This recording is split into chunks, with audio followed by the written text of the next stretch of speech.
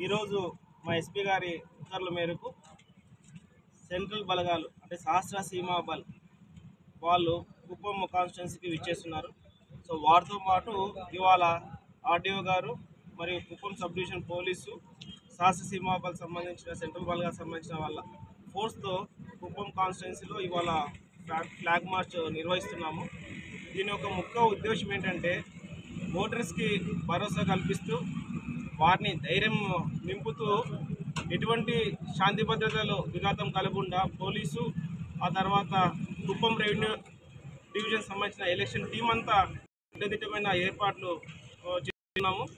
మేమంతా ప్రిపేర్డ్గా ఉన్నాం ఎలక్షన్స్కి.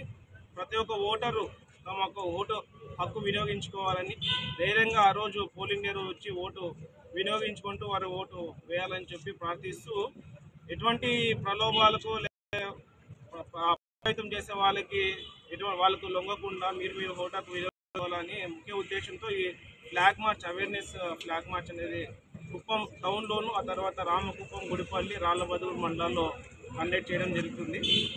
నేను ఇవాళ ఆర్టీఓ గారు కండక్ట్ చేస్తున్నాను.